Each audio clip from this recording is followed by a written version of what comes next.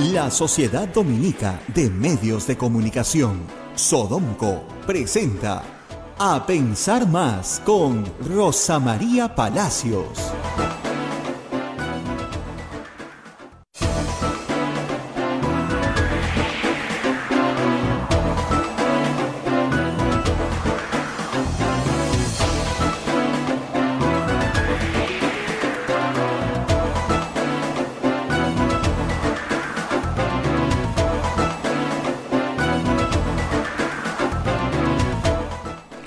Señoras, señores, muy buenos días. Bienvenidos a Pensar Más con Rosa María Palacios a través de las emisoras de la Sociedad Dominica de Medios de Comunicación, Sodomco.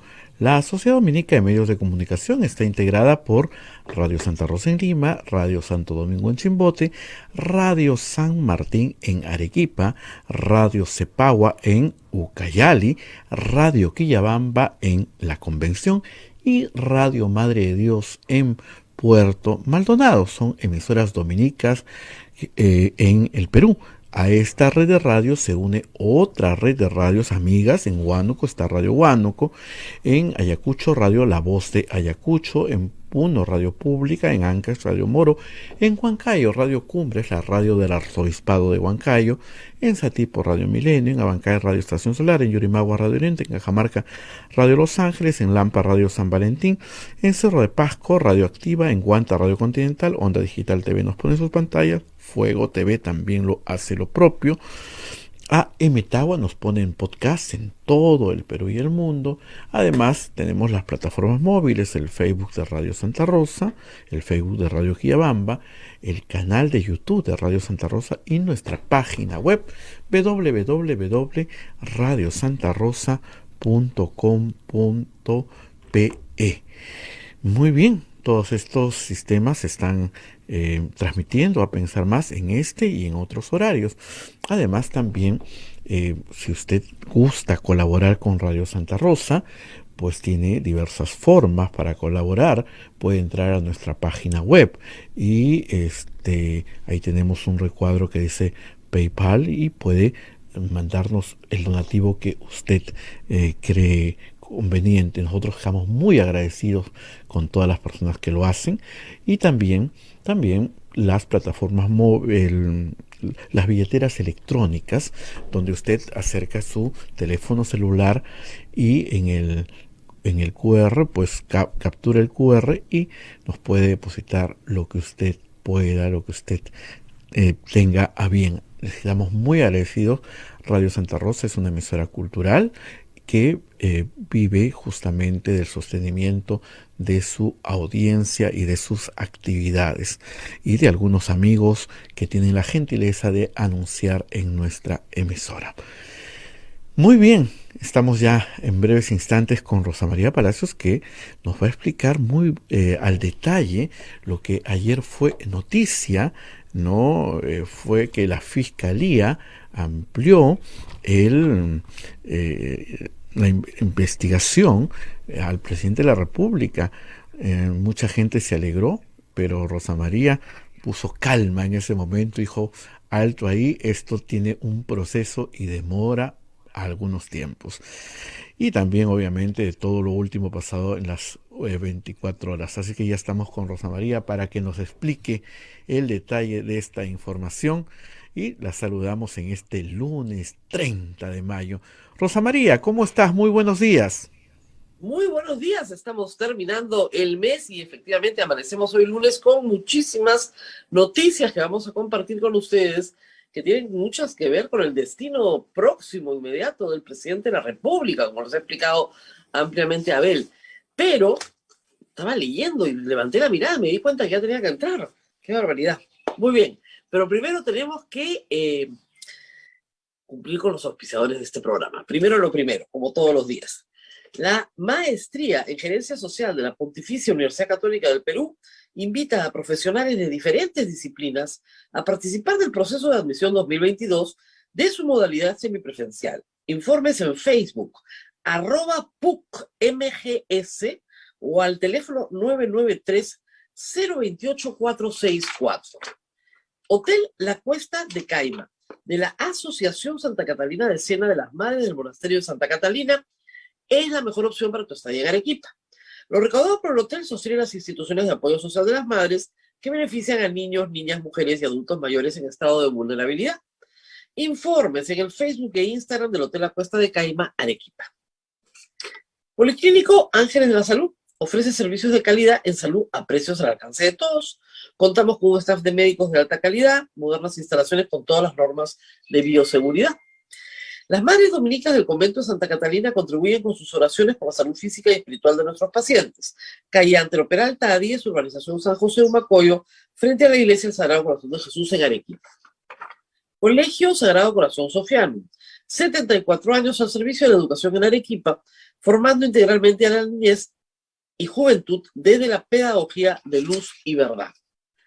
El Colegio Privado Bilingüe Reina de los Ángeles, situado en La Molina, Lima, tiene como meta la educación en las virtudes cristianas para construir una sociedad más humana, más fraterna y más feliz.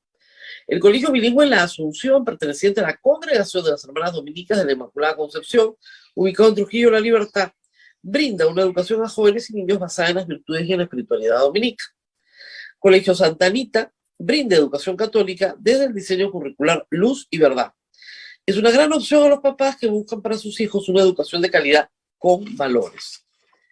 ASB Estudio Contable y Auditoría es una firma de servicios profesionales con más de 50 años de experiencia. Contamos con una cartera de clientes de diversas actividades económicas. Ofrecemos los servicios de outsourcing contable, tributario y laboral, auditoría financiera, estudio de precios de transferencia, solicitud de devolución de impuestos y control interno. Contamos con oficinas en Lima y Cañete. Mayor información en www.asbcontable.com. Palestra Editores, el sello de los buenos libros de derecho, es una editorial jurídica peruana dedicada a la investigación y difusión en materia jurídica. Desde hace 25 años somos un referente para los universitarios y profesionales del derecho. Pueden encontrarnos en redes sociales como Palestra Editores o visitar nuestra web palestraeditores.com. Y finalmente tenemos CESDIS, que nos dice lo siguiente: el servicio social del director y supervisor. CESDIS invita a todos sus asociados al proceso de elecciones 2022. Para mayor información, ingrese a www.cesdis.org.pe.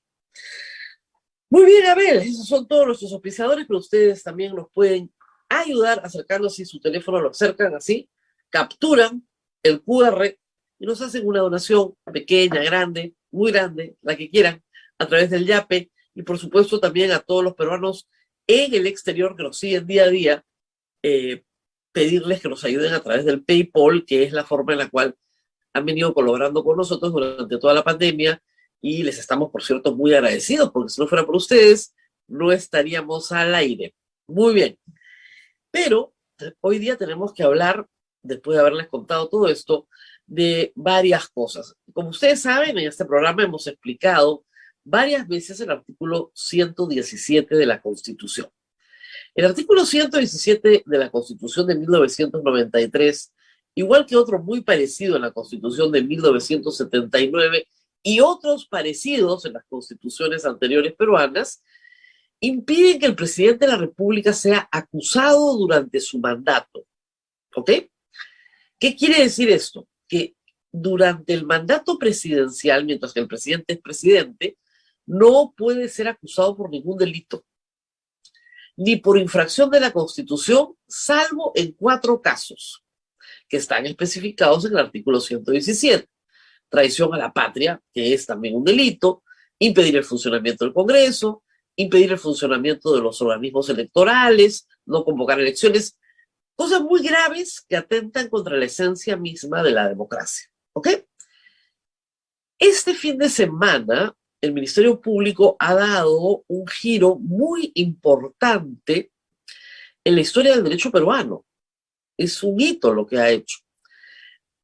Hasta Vizcarra, la interpretación era que si no puedes acusar, tampoco puedes investigar, porque el fiscal investiga para acusar, no investiga por las puras, si no estaría gastando mal los recursos del Estado. investiga para perseguir el delito. El fin de la investigación es la persecución del delito. Y la persecución del delito, ¿no es cierto?, tiene un acto que se llama acusación. Entonces, si el fiscal investiga para acusar y hay una persona en el Perú que se llama presidente de la República, a la cual no se puede acusar, entonces no tiene ningún sentido investigarlo mientras sea presidente. Y esa ha sido la lectura común siempre. Sobre todo, hay que decirlo, yo les diría que desde el primer gobierno de Alan García, cuando los presidentes en ejercicio comenzaron a ser sospechosos de diversos crímenes. Entonces, ya desde ese entonces se decía no. A los ministros, sí. A los jueces, sí. A los congresistas, sí. Pero al presidente no. Luego, esto es una herencia, por supuesto, monárquica, ¿no? Pero luego, en el gobierno de Vizcarra, la fiscal Zoraida Ábalos es la que dice, sí se puede abrir investigación. Abrirla. Pero se suspende en ese instante hasta que deje el mandato. Muchos han insultado a la fiscal Zoraida Ábalos por no investigar a Castillo, pero ella dio un cambio bien radical para su momento respecto a lo que había sido la práctica y la jurisprudencia sostenida en el Perú. Pues bien, este fin de semana, Pablo Sánchez, que ocupa la Fiscalía de la Nación de manera interina, encargada, ha ido un paso mucho más allá y ha dicho, no señor, sí se puede hacer una investigación preliminar. Y presumo yo, no lo dice ahí la resolución, que también podría participar en la Fiscalía en la etapa de investigación preparatoria. Estas etapas son cuando se trata de organizaciones criminales y delitos complejos, donde hay múltiples agentes y múltiples delitos, y múltiples hechos. Esa etapa, la etapa de investigación preliminar, puede durar hasta 3 años. Y la etapa de investigación preparatoria hasta 3 años más. Por lo tanto, aún si Pedro Castillo siguiera siendo presidente hasta el 2026, ¿no es cierto?, podría terminar su mandato en etapa de investigación preparatoria. Ustedes dirán, pero qué exagerado. Ahí está el caso de Ollantumala. Recién está en juicio oral. Y dejó de ser presidente hace casi 6 años. Dejó de serlo. Entonces, no estoy exagerando. Me baso en casos de alto perfil que han involucrado presidentes. Pedro Pablo Kuczynski, hasta el día de hoy, y dejó el poder en el 2017, hace 4 años, recién está en etapa de investigación preparatoria y todavía nadie lo acusa. Ojo. Entonces, son casos que duran mucho tiempo. Pero lo que ha dicho el fiscal Sánchez para justificar su resolución es interesante. Ha dicho que el presidente efectivamente tiene una protección establecida en el artículo 117, pero que el Ministerio Público tiene una obligación establecida en la Constitución, que es la de perseguir el delito. Y que es posible que se pierdan pruebas, que se perturbe la actividad probatoria si es que no se incluye en esta etapa al presidente de la República. Y que hay indicios más que razonables y suficientes para establecer la responsabilidad, por lo menos para ser investigado, del presidente Pedro Castillo. Y ha dicho también, si me permiten un segundo revisar mis notas, en eso está, ha hecho también el fiscal de la Nación, que la amenaza al sistema democrático por la impunidad de un delito es tan grave que amenaza la misma existencia del mismo sistema democrático. Y que la amenaza a la existencia del sistema democrático justifica una interpretación más restrictiva del artículo 117. Es decir, el artículo 117 de la Constitución protege al presidente en la etapa de acusación. No estamos en esa etapa, por lo tanto, se le puede investigar. Aunque ustedes no lo crean, esto es un cambio bien importante en el tratamiento del 117. Y no es por la maldad o la bondad de la fiscalía, es que siempre en el Perú el presidente estuvo protegido. Ahora, no se le puede acusar, eso está clarísimo, ni tampoco someter a un juicio oral durante su mandato. Eso está fuera de toda cuestión. Muy bien. Se abren, sin embargo, otras preguntas. Si, digamos, se pasa la investigación preliminar a la preparatoria, ¿el presidente de la República puede ser sometido a prisión preventiva?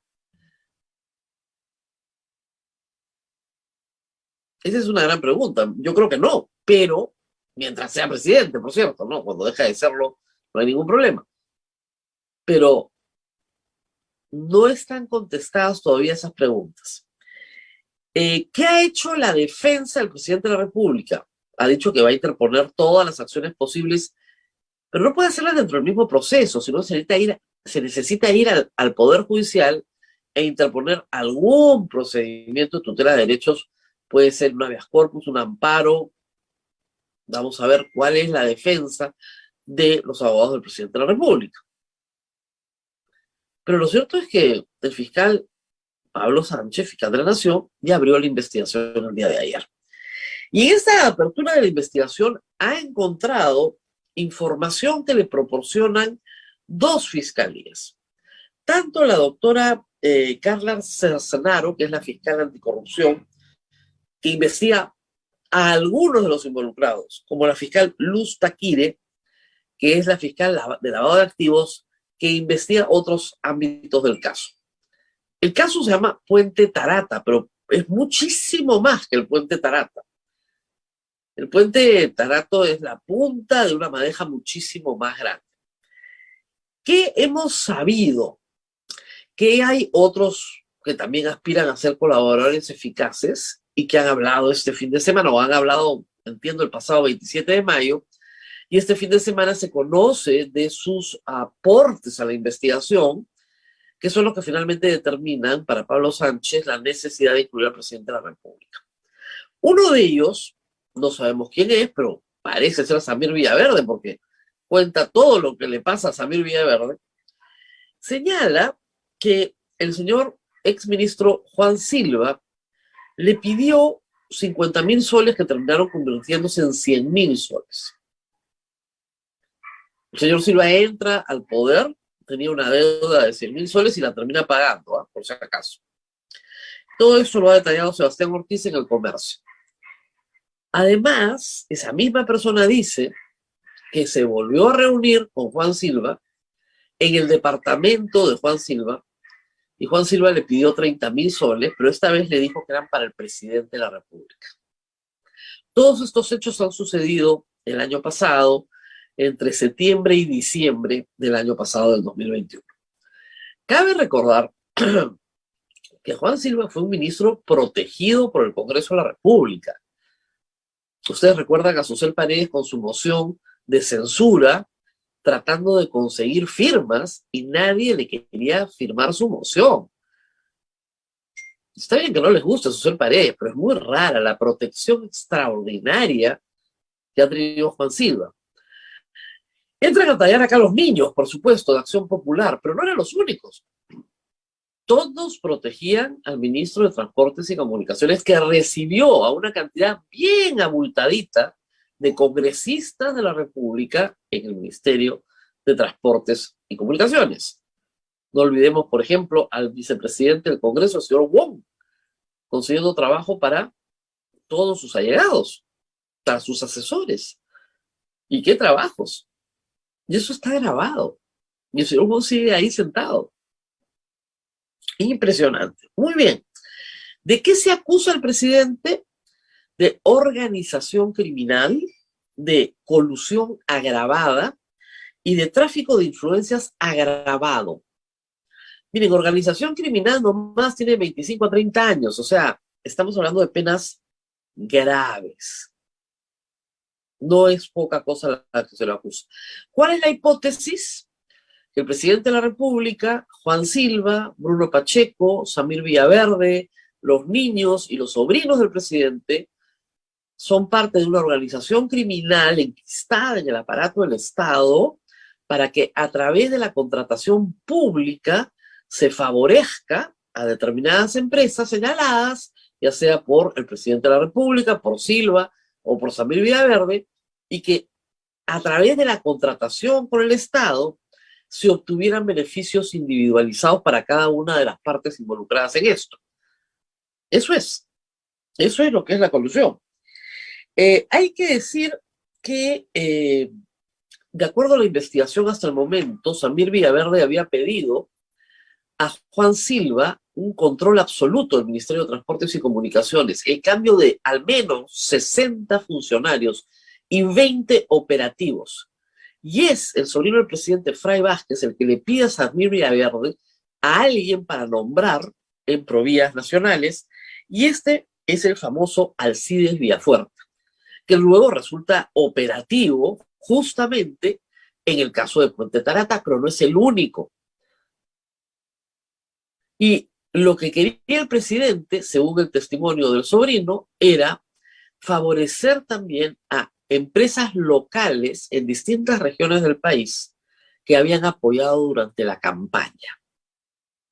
Esas empresas locales se asocian con empresas muchísimo más grandes, como por ejemplo las empresas chinas, con las que Samir Villaverde tenía una relación directa, y con los famosos hermanos Quispe Aguilar, que también están involucrados en todos estos desarrollos.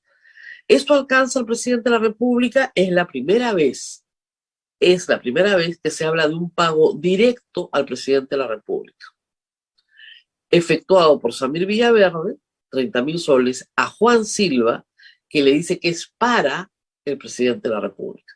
Pero todo este aparato, toda esta organización, no va a ser difícil para la Fiscalía probar que el presidente de la República tenía conocimiento de ella, porque ya no es solo el testimonio de Karelim López, es también el testimonio de dos colaboradores eficaces más. Aparentemente uno es el propio Samir Villaverde, que ya no está ante una comisión de fiscalización del Congreso diciendo tonterías, ¿no? Que el fraude, que Vladimir Mesa, ahí dice lo que quieren escuchar los congresistas. Está jugándose su libertad. Y para Samir Villaverde, este es su tercer ingreso en cárcel. Sabe lo que se está jugando. Así que las cosas están así. Sin embargo, tenemos más noticias, porque no es lo único que ha pasado. Dos desarrollos importantes más. Dina Boluarte. Daniel Lloveras, que es meticuloso, ha estado buscando alguna otra participación de Dina Boluarte como presidenta del Club Apurímac, que no sea únicamente la subsanación de actos, ¿no es cierto?, previos a su licencia. Y ha encontrado que en abril pasado, Dina Boluarte solicita a la Municipalidad de Lima que se otorgue licencia nuevamente al Club Apurímac, una licencia que había sido suspendida por ruidos molestos y quejas de los vecinos, licencia que se requiere para la cafetería, los locales de baile, la peña, y que estas solicitudes son a nombre de Dina Boluarte. Ese sí es un acto de gestión. Absolutamente es un acto de gestión. Vamos a escuchar a la defensa de Dina Boluarte. Nosotros estuvimos el viernes con el doctor Otárola. Él dijo algo que era muy razonable. Un acto de subsanación en actas para el traspaso, digamos, de las responsabilidades, al cual estás obligado por ley, no es un acto de dirección y gestión. Y yo creo que tenía toda la razón. Pero solicitar una licencia de funcionamiento a la Municipalidad de Lima, vaya, que es un acto de gestión. Puede parecer una tontería, pero encaja perfectamente en lo que señala la Constitución. Y dada la situación precaria en este momento del presidente de la República, el Congreso va a encontrar en este asunto el detalle que faltaba para inhabilitar a Dina Boluarte y luego proceder a vacar al presidente de la República por incapacidad moral. Nunca un presidente ha sido procesado y está en este momento investigado. Ministro de Agricultura. Bueno, ayer el presidente de la República tuvo una frase muy infeliz. Dijo que nadie iba a pasar una hambruna en el Perú porque de hambruna se morían los ociosos. ¡Wow! Yo, Joja, escuchaba gente muy de derecha decir que el pobre es pobre porque quiere, pero no se me hubiera ocurrido escuchar eso en boca del presidente de la República. No sé qué pensará su, ¿cómo se dice ahora? Ya no es aliado, sino socio estratégico, Vladimir Cerrón. Les recomiendo un artículo hoy día de Elmer Huerta en El Comercio, donde explica por qué los pobres sí se mueren de hambre. Claro, no es que te dé hambre porque no has comido, comas, se te pasa el hambre y no te mueres. Es bastante más complicado que eso. Los niños más pobres del Perú sufren de anemia y de desnutrición crónica. Y un niño anémico y desnutrido no genera la cantidad de defensas, de linfocitos, ni de proteínas que su cuerpo necesita para luchar contra las infecciones, que son básicamente virales, producidas por un virus. Estamos entrando al invierno. Se van a morir probablemente cientos, tal vez miles de niños de neumonías virales. Un niño bien alimentado, vacunado, no le pasa absolutamente nada. Tal vez se complique, tal vez necesite un internamiento, oxígeno, pero en general pueden ser atendidos en su casa. Pero un niño con desnutrición crónica no sobrevive porque su cuerpo no tiene defensa, señor presidente. ¿Y el señor presidente cree que ese niño es un ocioso? ¿De verdad? ¿En serio? ¿Ese niño es un ocioso? ¿O sus padres, que lo ven morir, son unos ociosos?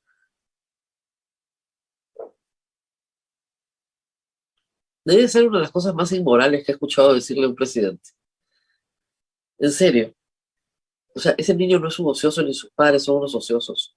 Ese niño tiene desnutrición crónica. Y él, que proviene del campo, sabe, por su infancia o por los niños que ha tenido que educar, que hay niños que llegan a clase con desnutrición crónica. Y la desnutrición crónica se lleva todos los inviernos a niños por infecciones respiratorias agudas. Y no hay una estrategia para eso. No es cuestión de repartir frazadas. No es cuestión de repartir frazadas. La frazada te ayuda a no tener frío en tu cuerpo ahorita, no enfriarte un poco. Pero una buena alimentación te salva de la neumonía, de muerte por neumonía y por otras infecciones respiratorias. ¡Qué terrible! Bueno, ¿por qué toda esta historia? Porque ayer Cuarto Poder ha revelado que el ministro de Agricultura, bueno, no tiene currículum, tiene prontuario. Él tiene un ingreso en cárcel también. Y la lista de delitos que se le imputan en diferentes procesos es tan larga que ayer ya terminó, no pude terminar de anotarme. Nos comenzamos a reír acá porque no puede ser. Usurpación, que es la toma de un inmueble, ¿ok? El apropiarse de un inmueble ajeno. Concusión, peculado, todas las falsedades, falsificación de documentos. ¡Wow! Su condición hoy es de reo libre. Es decir, está procesado judicialmente en un proceso penal. Estuvo en cárcel, salió y lo están juzgando en libertad. Ese es el ministro de Agricultura. Parlamentario andino. Ese es el ministro de Agricultura que tiene que enfrentar un proceso complicadísimo que hemos explicado en este programa muchas veces. Dios mío, pero Dios mío, o sea, el presidente de la República no tiene otra aproximación a un problema tan grave. Ha dicho que ahora sí, no, van a dar 1.000 millones de soles para fertilizantes. Ya, ¿a quién le van a comprar? Y para cuando lleguen acabó la campaña. Esto era para ayer. Se está empezando a sembrar ahorita, junio, julio. Hay cultivos que sacan 2 campañas al año. Hay cultivos que sacan 3 campañas al año, dependiendo de si estás en costa, si estás en sierra, si estás en selva. O sea, esto varía de valle a valle, de cultivo a cultivo. Pero lo que está claro es que la compra de fertilizantes se ha caído. Se ha comprado mucho menos y la productividad va a ser muchísimo menor. Y el problema, también por favor lean una entrevista ayer al economista senior de la FAO, que resulta que es peruano, imagínense ustedes qué suerte. Muy bien. El problema no es el campo necesariamente, porque en el campo las personas tienen un acceso a veces a una mejor alimentación y a través del intercambio con sus vecinos, etcétera, pueden conseguir todos los nutrientes necesarios. El problema son las periferias de Lima, las periferias urbanas de ciudades en todo el Perú, donde no se está comiendo, donde de nuevo estamos yendo a una situación de desnutrición crónica o de insatisfacción aguda de los requerimientos básicos nutricionales.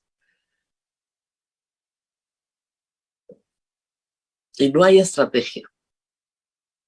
Lean, por favor. La FAO lo dice pero con toda tranquilidad. O sea, este es un problema muy grave. Y acá no va a pasar nada y tenemos a un ministro que ha estado en cárcel. Bueno, el superasesor Samir Villaverde, este es su tercer ingreso.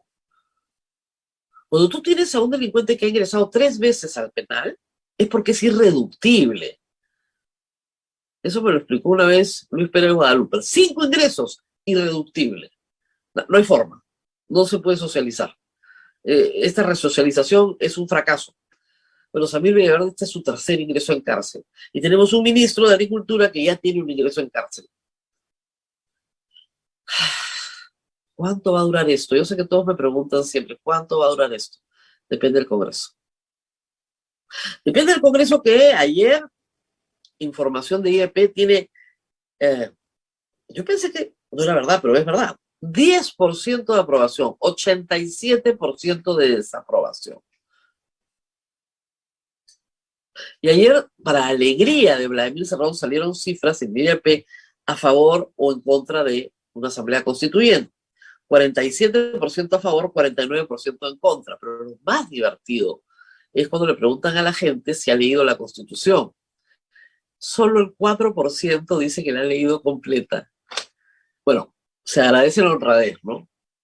Por el amor de Dios. Solo el 4% dice que la ha leído completa.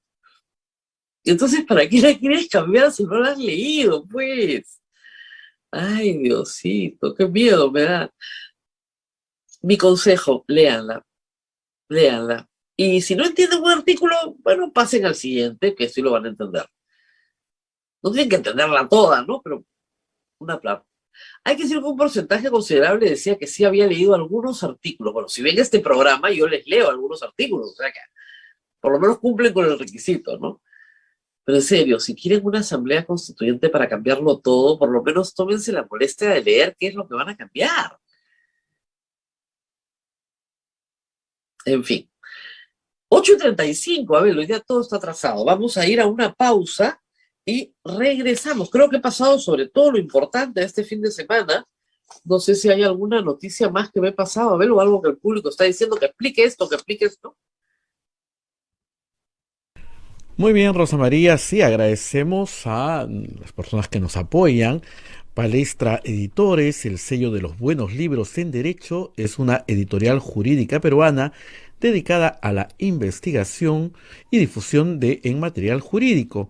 Desde hace 25 años somos un referente para los universitarios y profesionales del derecho. Pueden encontrarnos en redes sociales como Palestra Editores o visitar nuestra página web palestraeditores.com. También agradecemos a ASB, Estudio Contable de Auditoría, firma de servicios profesionales con más de 50 años de experiencia. Contamos con una cartera de clientes de diversas actividades económicas como compañías industriales, comerciales, exportadoras, empresas de servicio, entre otros. Tenemos oficinas en Lima y Cañete.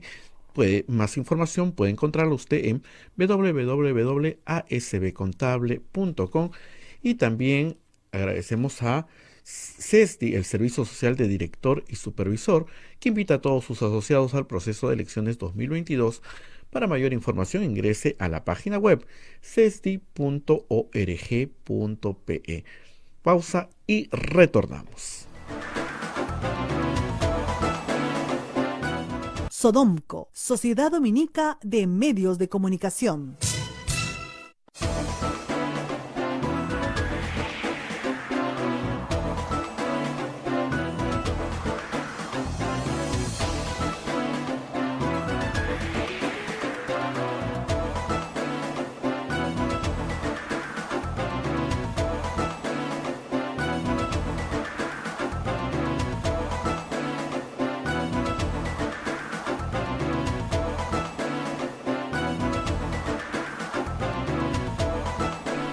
Continuamos con A Pensar Más a través de las emisoras de la Sociedad Dominica de Medios de Comunicación, Sodomco, y toda la red de radios amigas y canales de televisión que se unen a esta transmisión.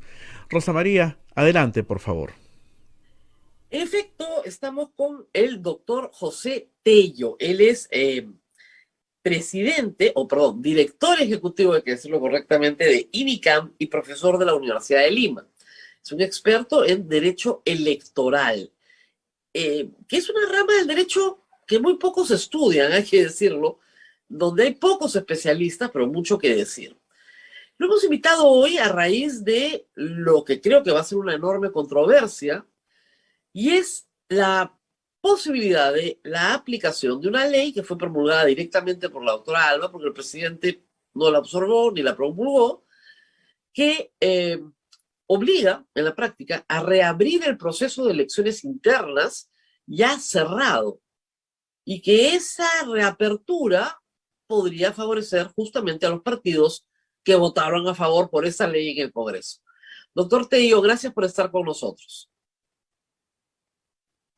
Doctor Tello tiene que abrir su micro porque no lo estamos escuchando. Perfecto, es un gusto, Rosa María, buenos días. Bueno, expliquemos primero al público, porque este creo que es el concepto central, ¿qué cosa es una etapa preclusiva en el derecho electoral? Una etapa preclusiva en el derecho electoral es cuando ésta se cierra y ya no hay posibilidad de regresar a esto. Así de simple. O sea, no hay posibilidad de dar marcha atrás. ¿Y por qué esto es una garantía para el proceso electoral? Porque el cierre de cada una de las etapas en el proceso electoral permite que se avance con el mismo y que se concluya con la elección y con la proclamación de candidatos. Si no se respeta el cierre de cada etapa, el proceso es interminable y nunca tendremos autoridades. Exactamente. Todas las partes se impugnarían eternamente, las partes del proceso, para evitar que finalmente se proclame un ganador. Por lo tanto, cada cierre implica que termina la etapa justamente para seguir avanzando. En este caso específico, el Congreso lo que pide en la práctica es que una etapa se vuelva a abrir. ¿Es así lo que está pidiendo? Lo que está haciendo es básicamente corregirle, mejor dicho, el desarrollo de la elección interna al Jurado Nacional de Elecciones. Acá hay que ser claro en algo. El Congreso le da al jurado toda la prerrogativa por la ley 31.357, que es la ley especial para elecciones regionales y municipales en el contexto del COVID, estas elecciones del 2022, para que calendarice las elecciones internas. Sin embargo, lo que está haciendo acá, violando la intangibilidad normativa, es corregirle, ¿no?, ese cronograma, decirle de que tiene que haber una elección complementaria, porque siendo claros, ya pasaron las elecciones por delegados y por un militante un voto el 15 y el 22 de mayo. Es inaplicable el hecho que se abra el sistema de declara interna, que es lo que manda la ley, para que se presenten candidatos a estas elecciones que ya pasaron, que ya precluyeron dentro del cronograma de elecciones internas. Hay otros temas acá en marcha. El primero es que hay una norma en la Ley General de Elecciones que establece, que es ley, que las normas sobre elecciones, ¿no es cierto?, pueden tener cambios hasta un año antes del proceso electoral, del día en que uno va a votar, ¿verdad? Entonces, un año antes, yo voy a votar el 2 de octubre, hasta el 2 de octubre del año pasado se pueden hacer cambios, pero una vez que yo entro a los 365 días antes del día de las elecciones, yo ya no modifico reglas del juego. ¿Es así? Es así. se llama el principio de intangibilidad normativa y está vigente desde el año 2017 con la ley 30.682. Y acá hay que ser claros en algo. Antes de que esto se coloque en una ley de desarrollo constitucional, porque Rosa María, lo que no se termina de entender es que la Constitución es desarrollada por leyes. Y la Ley Orgánica de Elecciones desarrolla la Constitución. La doctrina constitucional es tan sólida en este punto que dice que una norma de desarrollo constitucional como la Ley Orgánica de Elecciones tiene un peso incluso hasta constitucional, la teoría del bloque de la constitucionalidad. Sin embargo, todo esto viene también del principio de seguridad jurídica que el jurado aplica durante décadas. ¿Y qué dice el principio de seguridad jurídica? Que era un criterio jurisdiccional. No me cambies reglas de juego en lo que se refiere a inscripción de candidatos, requisitos e impedimentos, así como realización del proceso electoral, o sea, reglas de desarrollo del proceso electoral, una vez que este está convocado. Entonces, en realidad, lo que tenemos acá es una afectación de este principio histórico, pero sobre todo el principio de intangibilidad normativa que acabamos de desarrollar, que literalmente, pues, ha sido totalmente contravenido. Bueno, vamos a ir a las contravenciones, pero primero para explicarle al público cómo funciona. Entonces, antes, ¿no es cierto?, de octubre del año pasado, el Congreso dijo, tengo que cambiar algunas cosas. Y aprueba esta ley, la que usted ha mencionado. Y dice, uy, hay COVID y no se pueden hacer primarias abiertas, simultáneas y obligatorias. El jurado tiene que establecer su cronograma electoral y una serie de medidas por COVID que alteran las normas ya vigentes. Hasta ahí no hay problema, ¿verdad? Bueno, sí hay problema, pero digamos, hasta ahí era competente el Congreso para hacer eso. Muy bien. Sí. Muy bien. Luego, ya con las elecciones, hay que decirlo, ya con las inscripciones de precandidatos hechas, cuando algunos partidos no logran inscribir por problemas internos de desorganización, informalidad o lo que fuera, es que surge la urgencia de esta norma, ¿verdad? ¿Por qué surge la urgencia de esta norma? Por el nivel de informalidad, Rosa María. Porque simplemente ellos mismos no terminan, o sea, de legislar bien. La verdad, el talante legislativo va más que todo por una mayoría dentro del Congreso que cree tener cierto control, que hace que las normas, en buena cuenta, vayan, digamos, en función de sus intereses, y realmente cuando las cosas se le van de control, sacan este tipo de normas. O sea, se vuelven a unir para sacar este tipo de normas. Claro, en particular, Acción Popular no logra inscribir, por ejemplo, candidatos a Lima, a la Municipalidad Provincial de Lima, ni candidatos a regidores, ni candidato a alcalde. No logra porque no se organiza, porque, en fin, porque nadie se inscribe, por lo que fuera. Y esta norma es la que le permitiría entrar en el proceso con un candidato que no logró inscribir, pero esa inscripción era para fines de abril, ¿verdad? Claro, lo que pasa es que esta inscripción era para el 11 de abril. Exacto, perdón, para el 11 de abril. Claro, el 11 de abril 9... tenía que haber inscrito, todos los partidos inscribían a todos sus precandidatos. Así es, y acá déjame hacer una precisión. Nosotros teníamos que la fecha original del cronograma de elecciones internas que salió con una resolución del jurado, porque se le dio esa prerrogativa por la ley que acabamos de mencionar, la ley de elecciones especiales en pandemia, para estas elecciones regionales y municipales, ya esa norma le da la prerrogativa. El jurado calendariza para el 9 de abril. Sin embargo, ese sábado 9 de abril se extiende el plazo hasta el lunes 11 de abril. ¿A razón de qué? De que antes sale la ley 31437, que es una ley que aclara la ley esta que hemos mencionado especial de pandemia y termina diciendo de que la entrega de padrones de afiliados no era una sola como lo había determinado el jurado, criterio restrictivo dicho sea de paso, sino que era en varios bloques. El jurado acepta la ley, la aplica sin ningún problema y extiende el plazo por 2 días para que todos los expedientes que se habían presentado antes del 5 de enero y que habían sido devueltos se retorne y simplemente a las personas se les inscriba a efectos de que no tengan problema en su inscripción el día 11 de abril. Que claro, cayó hubo un problema porque había una discusión si se entregaba un solo lote o se entregaban varios lotes para la inscripción partidaria. Y el jurado dijo es un solo lote y algunos partidos entendieron que era absurdo y en verdad lo era porque puedes entregar varios lotes, estás demostrando la afiliación y eso se corrige y por lo tanto se corre la fecha 2 días. Pero al 11 de abril todos los partidos tenían que tener a sus precandidatos listos. O sea, todos los que queremos postular por Miraflores de nuestro partido nos inscribimos. Somos 8. Cosa que no ha pasado, normalmente presentan 1, ¿no? Pero somos 8. Pero ¿para qué es esto? Para que todo el partido nos conozca desde antes. Porque si no, ¿cómo voy a votar en mayo si no sé quiénes son los candidatos? Yo tengo que ir a votar, en mi partido me toca tal distrito, tal provincia, tal región, y somos un militante, un voto, pero no sé ni quién se presenta. Entonces me tienen que dar un plazo para que sepa quién se presenta. Lamentablemente, en la mayoría de los casos han sido candidatos únicos, aunque han habido algunos casos interesantes, ¿no? De que el candidato favorito ha perdido, pero en general han sido candidatos únicos. Ese es el espíritu de la norma, ¿verdad? Que haya un tiempo para que los militantes conozcan a sus candidatos. Así es. Así es.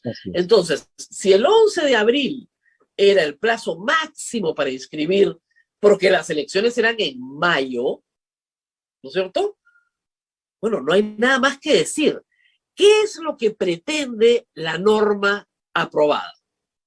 La norma aprobada tuvo un problema, y este es un análisis más político que legal, Rosa María, de falta de entendimiento entre Ejecutivo y Legislativo.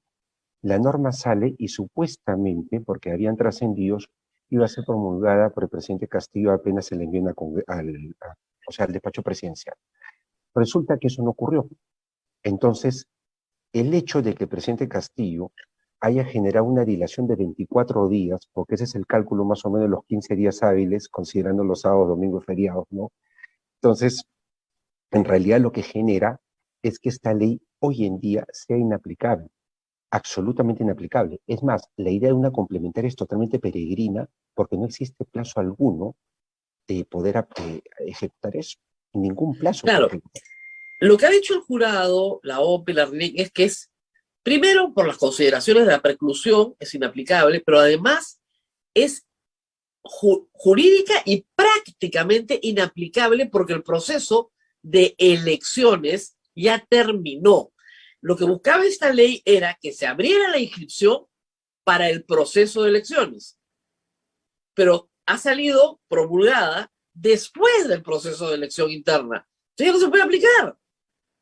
No se puede aplicar. Y peor, no. Incluso, por ejemplo, si se hubiese aprobado en su momento, mejor dicho, a ver, si se hubiese promulgado, hay que hablar de las cosas tal cual. Claro. El presidente Castillo en su momento, quizás el jurado, claro, con serias complicaciones junto con la OMPE, hubiese previsto la posibilidad de elecciones complementarias en aquellos lugares donde no hay candidatos o en aquellos lugares donde se hayan anulado las elecciones.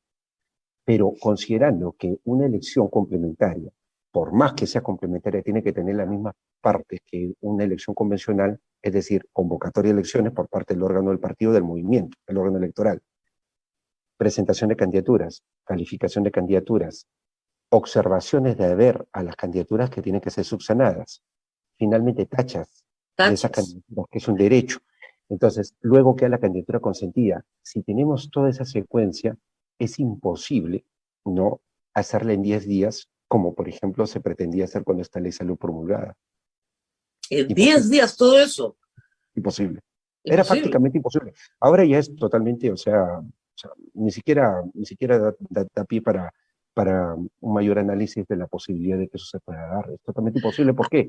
Porque la propia ley establece un plazo de hasta 10 días antes de la elección para que se lleven, perdón, hago la precisión, de hasta 10 días antes de la fecha límite para la inscripción de candidaturas, plazo que vence el 14 de junio, ya, es decir, hasta el 4 de junio, para que se lleven a cabo las elecciones complementarias. Totalmente inviable. Inviable, estamos 30, que 5 días hay que organizar un proceso. Hasta el sábado, imposible. Imposible. Ahora, lo que se teme son represalias del Congreso, porque en efecto están haciendo toda una organización con procuradores, etcétera, para denunciar constitucionalmente a, digamos, los miembros del Pleno, el jefe de la OMPE, ¿puede haber represalias por parte del Congreso contra los titulares de los organismos electorales? Demostraría una mala, o sea, una mala práctica en el Congreso, sería un abuso del control político que tiene el Congreso y sobre todo legalmente y constitucionalmente no sería viable. ¿Por qué? Porque el jefe de la OMP no está comprendido dentro de los alcances del artículo 99 de la Constitución, que nos habla del Sí. antejuicio político, o sea, la famosa acusación constitucional. Tampoco lo están los miembros del Jurado Nacional de Elecciones. Y por más que el presidente actual, como cualquier presidente del Jurado Nacional de Elecciones, sea un vocal supremo, que sí está comprendiendo estos alcances, está licenciado. Y las acciones que está haciendo, o sea, que está ejerciendo, vienen del ejercicio del cargo de miembro del Jurado Nacional de Elecciones y en todo caso el presidente del Jurado Nacional de Elecciones, no en su praxis de juez supremo. Entonces, eso es algo ese es un detalle que muchas veces olvidamos. La lista del artículo 99 es una lista cerrada, pero claro, como asociamos a los altos funcionarios del Estado con participación en esa lista, si uno mira bien la lista, no todos están. Y al no estar todos, ellos tienen un proceso regular en el sistema de justicia como cualquier ciudadano por cualquier delito en la medida en que tú pruebes un delito. Claro, el delito sería desacato, ¿no? Desobediencia a la autoridad. Pero tú dices, perdón, yo entre una norma inconstitucional y la constitucional estoy obligada a escoger la constitucional. Claro, y ¿sabes qué cosa, Rosa María? El Jurado Nacional de Elecciones hace control difuso de la constitucionalidad porque administra justicia en nombre de la República de manera constitucional.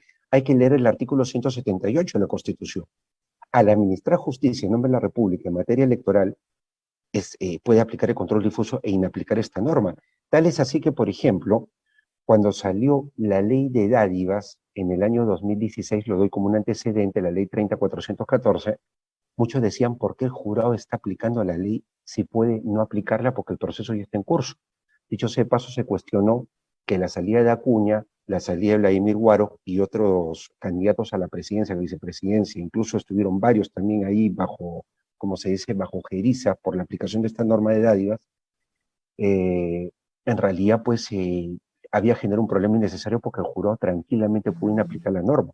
Sin embargo, no ejerció el control difuso y le aplicó la norma y ya está, pero era aplicable porque el jurado desarrolla, y es interesante, Rosa María, revisar en este caso la ley, la resolución 442-2018 JN, que se conoce como la resolución del caso Purús. Ahí el jurado desarrolla por qué aplica esta norma el Pleno, en aquella época presidida por el doctor Tábara, que en el 2016. Entonces, es interesante, pero lo que tenemos ahora al frente es un tema que no debe verse como que al ser inaplicable esta norma, pueden pues llevar a no, y además porque hay que partir de un principio que es básico. El derecho a la participación política siempre estuvo ahí. El asunto es que los partidos no se organizan y no presentan sus candidatos dentro de los plazos. O sea, si Acción Popular no presenta sus candidatos dentro de los plazos, tú no puedes afectar a todo el proceso electoral, porque como bien dice el comunicado del jurado de otros organismos electorales, ya hay personas que ya ganaron su derecho.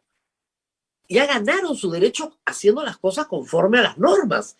Y tú no puedes, suponiendo Acción Popular, arrimar a esas personas para poner a otras que recién llegan completamente fuera de plazo, porque el Congreso así lo dispone. Es absurdo.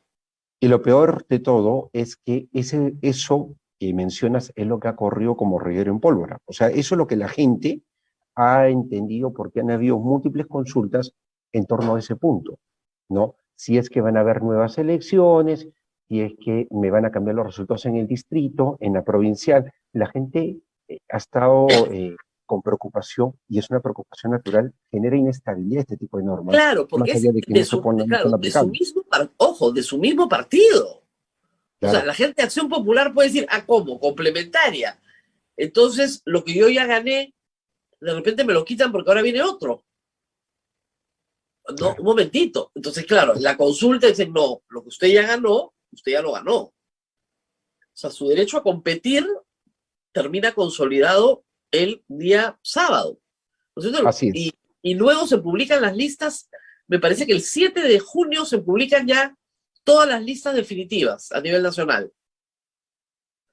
Ahora, doctor, esta publicación de las listas definitivas a nivel nacional en junio, a diferencia de otros procesos electorales, ¿la estamos conociendo mucho antes o es una percepción mía?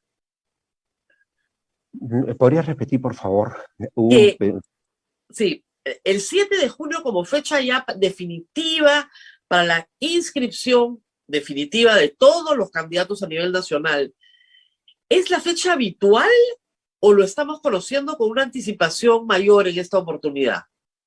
Es interesante porque es producto de la calendarización que ha hecho el Jurado Nacional de Elecciones cuando justamente, valga la redundancia, calendariza las elecciones internas.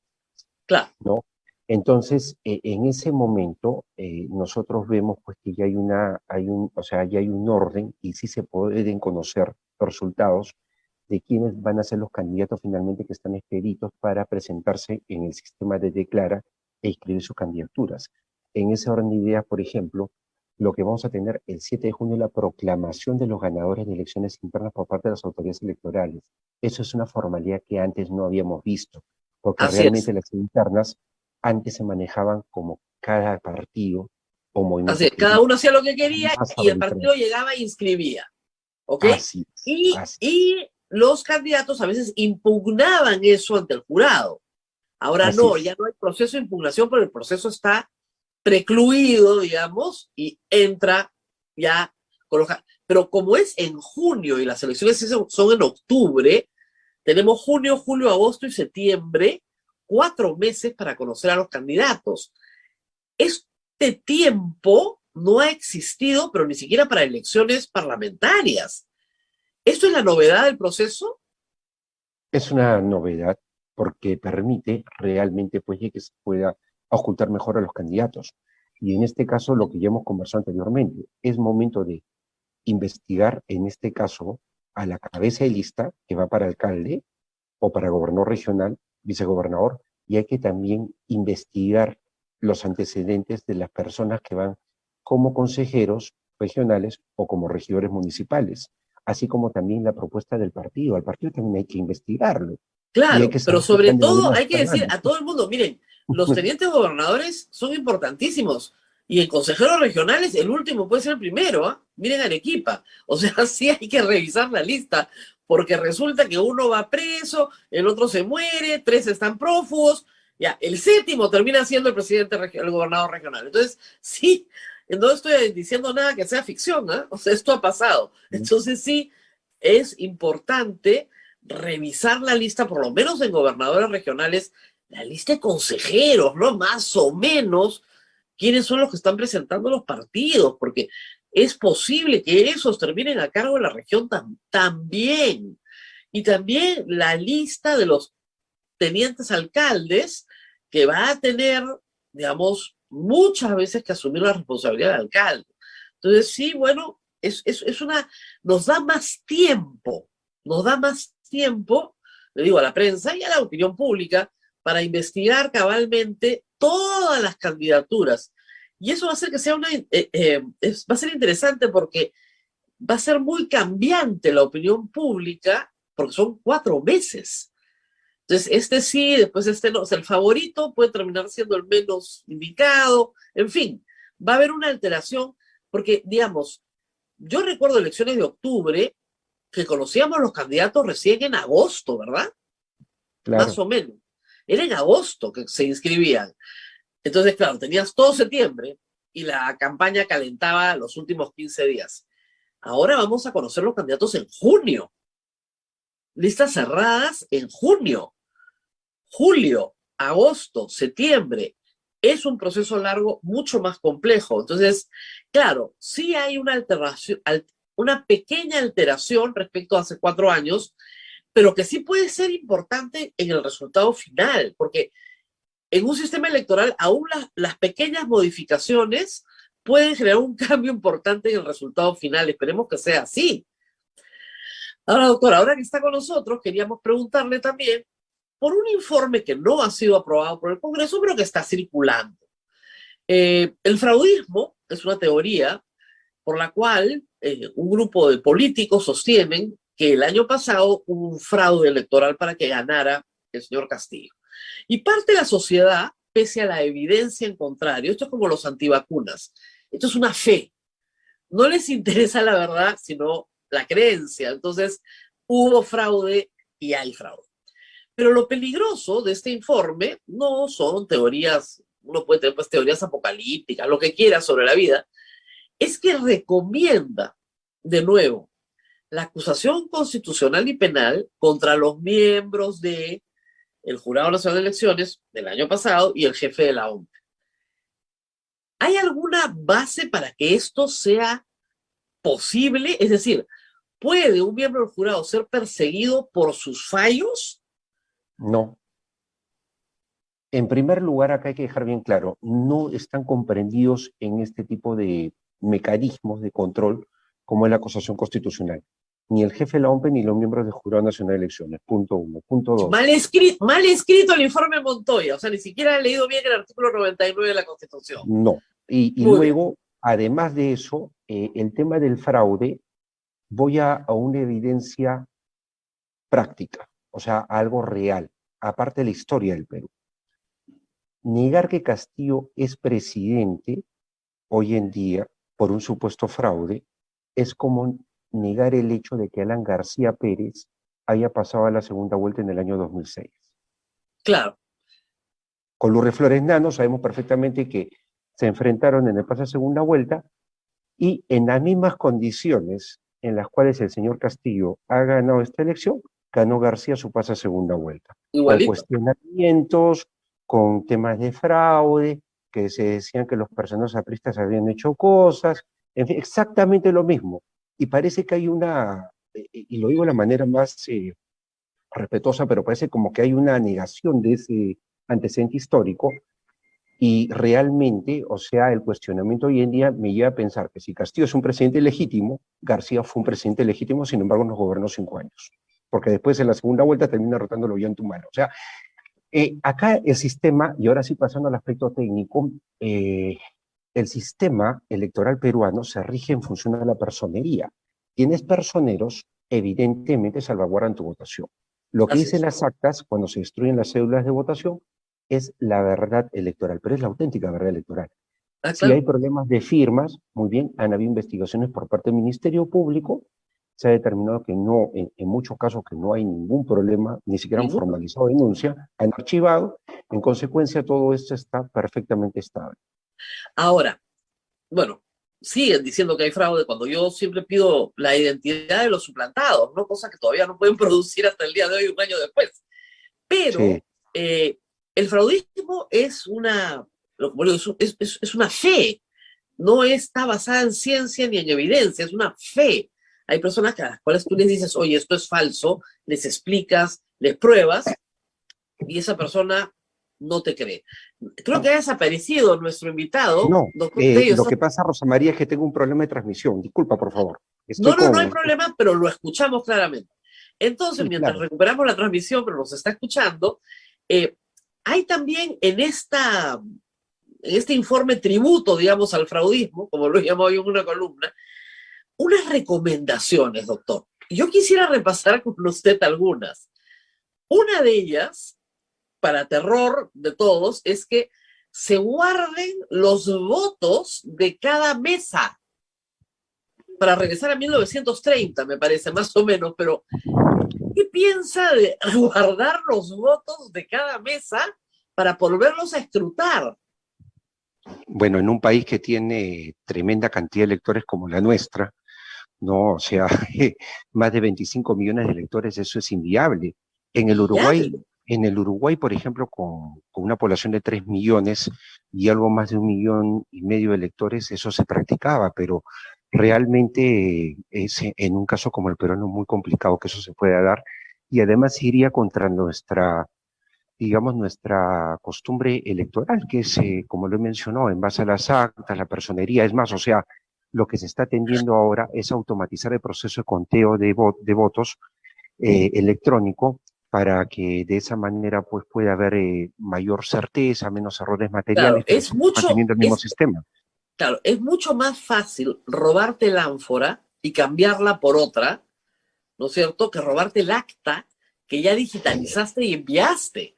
O sea, eso es, pero efectivamente, en la época, pues, no sé, de Leguía, te robabas el burro con las ánforas y ponías tu burro con tus ánforas, pero no podemos volver a esa época. Bueno, esa es una de las recomendaciones del informe de Montoya, que se conserven todos los 25 millones de votos físicos mesa por mesa. O sea, lo siguiente es que se elimine el secreto de la votación, de lo único que falta.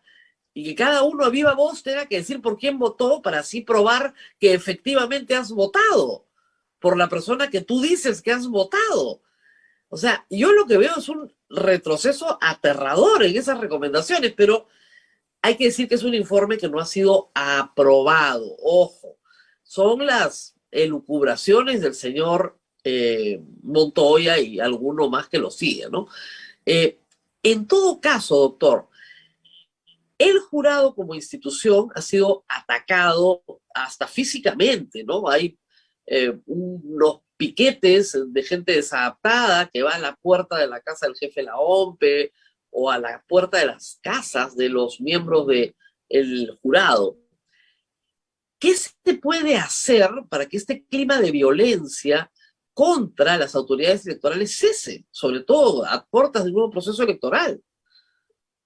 Bueno, lo que se tiene que dejar bien en claro es que se tiene que respetar la autonomía de los magistrados del Supremo Tribunal Electoral, de cualquier jurado electoral especial también, porque se están ya instalando, y además también el trabajo que vienen desarrollando pues tanto el jefe de OMPE como de RENIEC, principalmente el jefe de OMPE, que ha sido muy cuestionado. Entonces, acá debemos dejar que las autoridades electorales hagan lo suyo.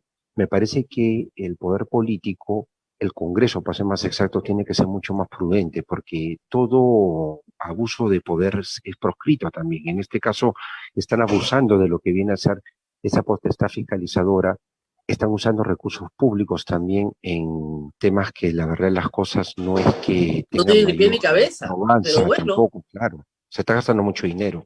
Entonces, es cuestionable este tipo de situaciones. También es cuestionable, por ejemplo, esto de las acusaciones constitucionales, porque de darse el caso, estaría no solamente contra eso que es la Constitución y la ley, sino que además también estarían desestabilizando un proceso electoral en curso. Eso está mal. O sea, eso no se puede hacer. Ahora, doctor Tello, antes de pedirnos, los jurados electorales especiales siempre generan gran curiosidad. Me gustaría que usted le recuerde a la gente cómo se conforman estos jurados electorales especiales en todo el país. Claro, los jurados electorales especiales se conforman por un ex magistrado de la Corte Superior de la localidad, también por un representante del Ministerio Público y uno de la sociedad civil. Entonces, y este de la sociedad civil, ¿cómo se escoge? Bueno, hay un sorteo. Exacto, o sea, cualquier persona puede terminar siendo miembro de un jurado electoral especial sin importar lo que haya estudiado. No, se busca entre las personas que tienen educación, preparación, no es tampoco de esa manera. Hay una selección ahí que se hace. O sea, es entre personas que tienen educación superior. Sí. Y pueden ser, ¿tienen que ser abogados o pueden no ser abogados? No, no necesariamente, no necesariamente. Pero sí, ahora, quien lo preside tiene que ser abogado. Ahora, es un trabajo a tiempo completo por 8 meses, ¿verdad? Lo que dura la elección, claro, desde que se instala hasta que el jurado termina sus funciones. Ok, ¿y una persona puede excusarse porque tiene otro trabajo o no puede excusarse? No, es un trabajo pues que es a tiempo completo. No, ya sé, pero puede excusarse y decir, yo no puedo asumir este trabajo porque ya tengo otro trabajo. Claro, okay. claro. ¿Cabe la excusa? Sí. Porque el otro día me preguntó alguien y señalaba que era inexcusable. No. En este caso es el ejercicio de una actividad jurisdiccional, hay que tener eso en cuenta, ¿no? Okay. Las personas suelen estar bastante muchas veces es un cargo que por lo menos entre quienes lo presiden, o sea, quienes son electos en la Corte Superior, terminan pues realmente persiguiendo más bien el cargo que rehusando a este, ¿no? No, claro, en las Cortes Superiores sí, pero yo me refiero al integrante de la sociedad civil, de cualquier ciudadano, ¿no? Claro, que no, educación ahí superior, sí es excusable. Y esa persona dice, pero es que a mí me han sorteado, pero yo no quiero participar. Entiendo que para muchos puede ser muy interesante, ¿no? Pero de repente dice, no quiero participar, y o se señala que, por ejemplo, la empresa en la que estás trabajando te tiene que dar licencia si es que tú quieres participar. No pierdes tu trabajo regular por participar como miembro de un jurado electoral especial. Bueno, claro, o sea, ya depende de los regímenes laborales, ¿correcto? O sea, hay que ver si eso ya es un tema muy específico. Claro, pero nuestro sistema, para que entienda la gente, lo que hace es que el jurado electoral especial sí tiene dos abogados, porque uno viene del Ministerio Público y otro viene de la Corte Superior, o sea, ex magistrado, y el ex magistrado es el que lo preside, pero tiene un tercero que es una persona cualquiera, que acepta hacerlo porque tiene educación superior y nada más. Entonces, sí es un régimen bastante, si quieren, apolítico, en el sentido además que esa persona no puede ser militante de un partido político, obviamente, ¿no? Claro, se le pide las restricciones justamente de que no sea una persona que haya sido militante afiliado a algún partido político. Exactamente. Entonces, sí hay una, digamos, si se quiere, una aspiración de imparcialidad. Entonces, criticar a los jurados electorales especiales sin saber cómo se conforman también, mucho cuidado, ¿no? Mucho cuidado. Muy bien, doctor Tello, no sé si hay alguna pregunta del público, por favor. Abel, si nos ayudas. Sí, preguntan si hasta el 30 de mayo los precandidatos que están haciendo regalos y dádivas pueden ser objeto de tachas si están haciendo en sus campañas proselitistas regalos.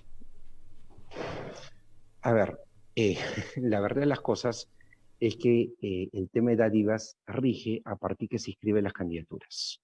Es decir, a partir del 14 de junio como fecha límite, ¿no? Entonces, claro, si se inscribe la candidatura antes, entre el 7 y el 14 de junio, bueno, desde ese momento, ¿no?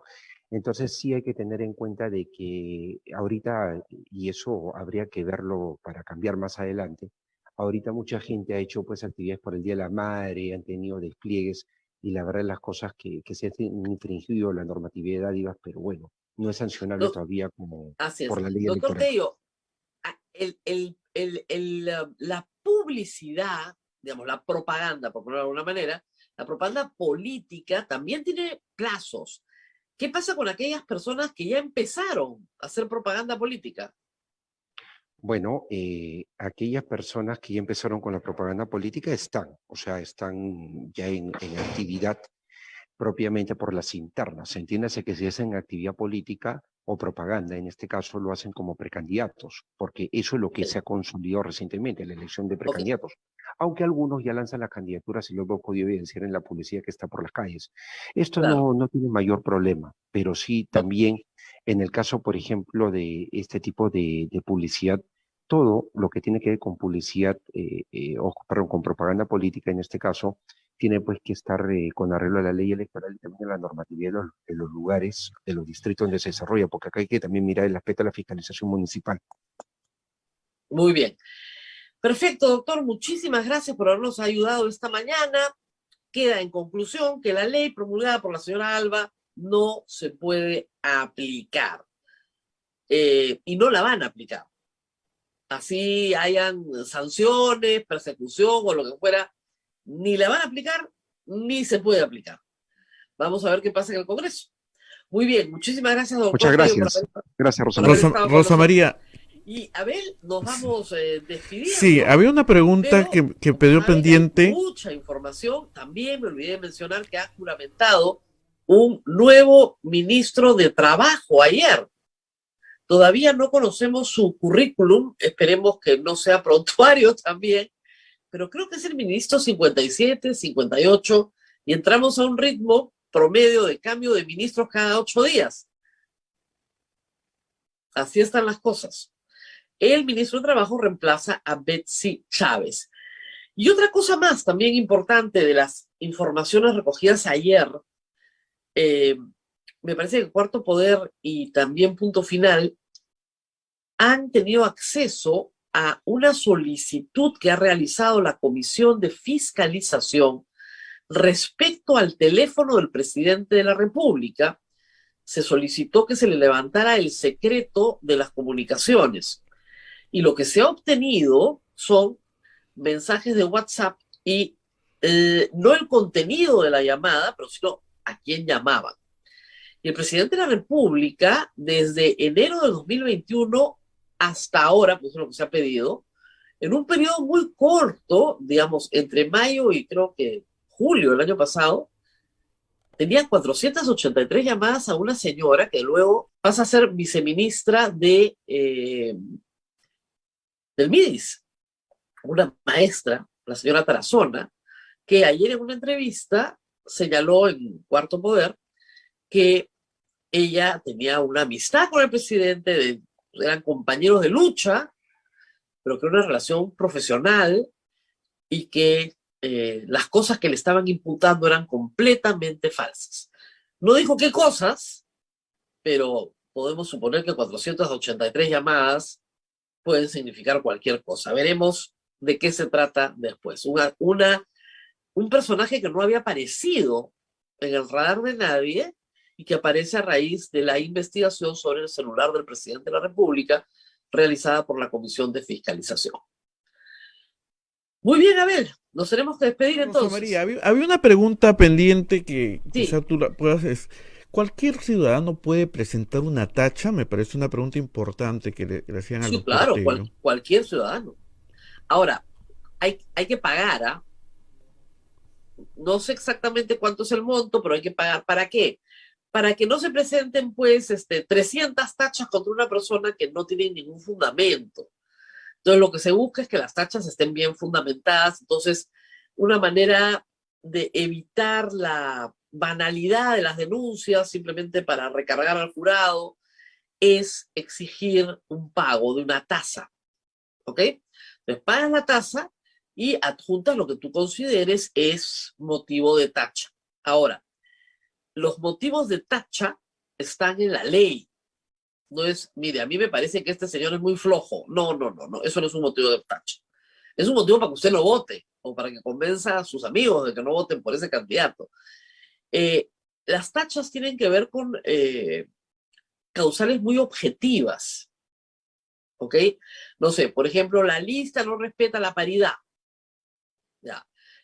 Por ejemplo, el candidato, bueno, no hay edad acá, porque tú puedes ser alcalde a los 18 años, pero digamos, cualquier cosa que tenga que ver con la habilitación, por ejemplo, esta es una persona que ha sido inhabilitada para la función pública por sentencia judicial. Esa es una tacha. Entonces sí, hay que buscar y hacer la investigación correcta, ¿no? Pero tiene que ser, no, es una persona con la que no se ha cumplido correctamente el procedimiento de democracia interna. Entonces, hay que buscar exactamente por qué tachas, ¿no? No ha renunciado al trabajo que tenía que haber renunciado. Sigue siendo funcionario público cuando no debería ser funcionario público, etcétera, etcétera, ¿no?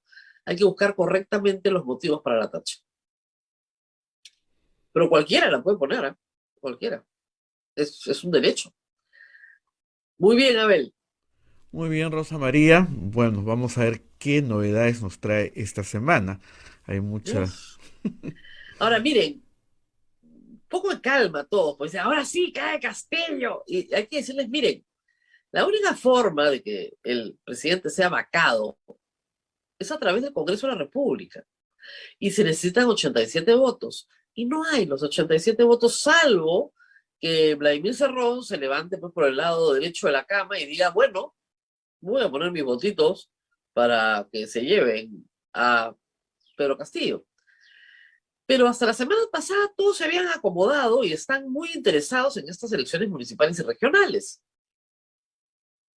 Y ante eso, yo calculo que lo de Dina se va a demorar unos 3 meses y van a esperar que pasen las elecciones regionales y municipales. Y 2, una investigación preliminar puede durar 3 años. Y una preparatoria 3 años más. Así que vamos con calma. Yo considero, y lo he dicho siempre, que el procedimiento de vacancia por incapacidad moral es inaplicable en estos casos. Y lo que procede es el adelanto de elecciones. Pero para el adelanto de elecciones se necesitan también o 87 votos en 2 legislaturas o 66 votos más un referéndum. Lamentablemente no hay ni los 66 en el Congreso para lograr un adelanto de elecciones.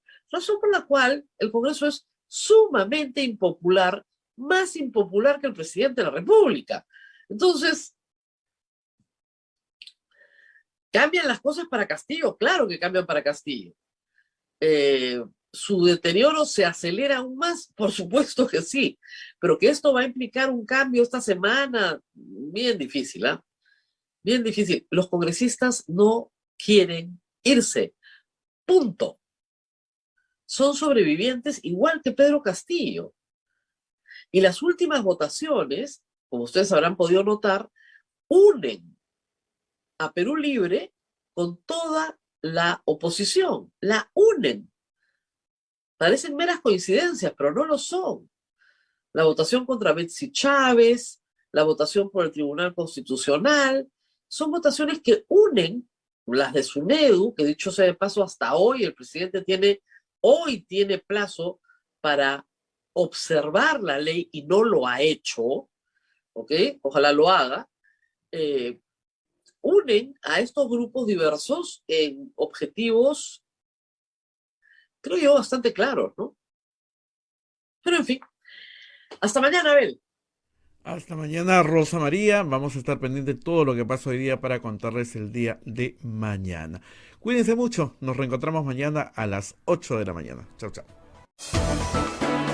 Hasta aquí, A Pensar Más con Rosa María Palacios. Este programa fue producido por la Sociedad Dominica de Medios de Comunicación, Sodomco.